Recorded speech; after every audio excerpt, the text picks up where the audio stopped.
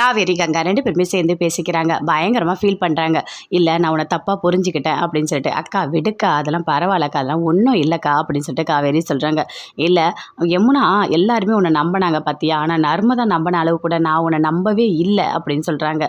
விடுக்கா, அதையே பேசிகிட்டு இருக்காதுக்கா, எனக்கு எவ்வளோ கஷ்டமாக இருக்குது தெரியுமா, என்னால் தாங்கிக்கவே முடியல, உன் மேலே தப்பே இல்லை, இருந்தாலும் நான் உன்னை ரொம்ப கஷ்டப்படுத்திட்டேன் அப்படின்னு சொல்கிறாங்க. சரிக்கா விடு அப்படின்னு சொல்லிட்டு பயங்கரமாக தேம்பி தேம்பி அழுதுகிட்டே இருக்காங்க. அழாதக்கா விடுக்கா அப்படின்னு சொல்லிட்டு காவேரி சொல்கிறாங்க. சரி, உங்களுக்கு தேவையான டிஃபன் எல்லாம் நான் ரெடி பண்ணுறேன் சரியாக்கா, அக்கா நீங்கள் போய்ட்டு ரெஸ்ட் எடுங்க அப்படின்னு சொல்கிறாங்க காவேரி.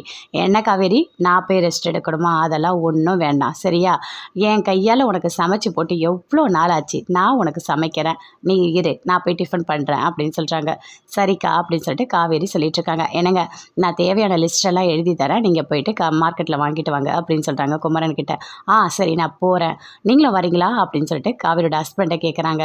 உடனே விஜய் சரின்னு சொல்லிட்டு எல்லாருமே சேர்ந்து போயிட்டு வராங்க. போயிட்டு வந்தோடனே அப்படியே டிஃபன் பண்ணுறாங்க. உங்களுக்கு ஒன்று தெரியுமா, நான் சமைக்கிறதே நீங்கள் சூப்பராக இருக்குன்னு சொன்னீங்க, ஆனால் எங்கள் அக்கா சூப்பராக பண்ணுவாங்க, நிறைய ரெசிபி அக்காவுக்கு தெரியும், அக்கா சொல்லி கொடுத்து தான் நான் கொஞ்சம் கொஞ்சம் கற்றுக்கிட்டேன் அப்படின்னு காவேரி சொல்கிறாங்க. அதே மாதிரி டிஃபனெல்லாம் பண்ணுறாங்க. எல்லாருமே சேர்ந்து ரொம்ப சந்தோஷமாக சாப்பிட்றாங்க. டிஃபன் எப்படி இருந்தது, சூப்பராக இருந்தது காவேரி, நல்லா இருந்தது அப்படின்னு சொல்லிட்டு விஜய் சொல்கிறாரு. எல்லாருமே ரொம்ப சந்தோஷமாக பேசிகிட்டு இருக்காங்க. நான் செஞ்சது ரொம்ப பெரிய தப்பு அப்படின்னு சொல்லிட்டு அப்படியே கையெடுத்து கும்பிடுறாங்க. அக்கா விடுக்கா, நீ ஏக்கா அதையே பேசிகிட்டு இருக்க அப்படின்னு சொல்லிட்டு காவேரி சொல்லிட்டு இருக்காங்க. சரி, அம்மாவுக்கு ஃபோன் பண்ணலாமா, அம்மாவுக்கு ஃபோன் பண்ணி நாங்கள் இங்கே வந்துட்டோன்னு சொல்லலாமா அப்படின்னு குமரன் யோசிச்சுட்டு இருக்காரு.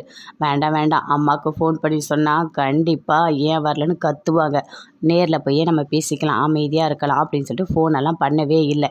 எல்லாருமே வெளியே வராங்க. 4 பேருமே உட்காந்து நல்லா பேசிகிட்டு இருக்காங்க. விஜய் காவேரி எல்லாருமே சேர்ந்து அப்படியே ஃபோன் பண்ணுறாங்க. சரி அம்மாவுக்கு ஃபோன் பண்ணி பேசிடலாமா அப்படின்னு சொல்லிட்டு காவேரி ஃபோன் பண்ணுறாங்க.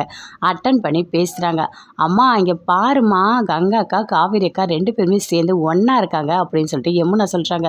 உண்மையாவா, காட்டு அப்படின்னு சொல்கிறாங்க. காவேரியோட அம்மா பாட்டி தங்கச்சி எல்லாருமே பார்க்குறாங்க.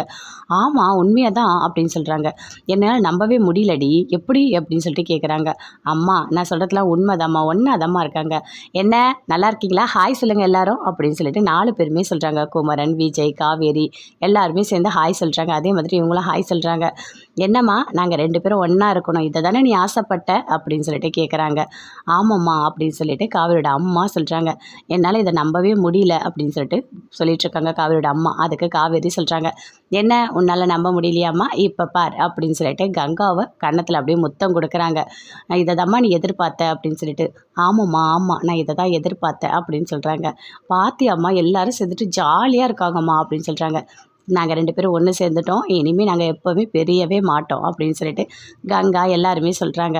அம்மா என்னை மன்னிச்சிடுமா அப்படின்னு சொல்கிறாங்க. விடுடி அப்படின்னு சொல்கிறாங்க.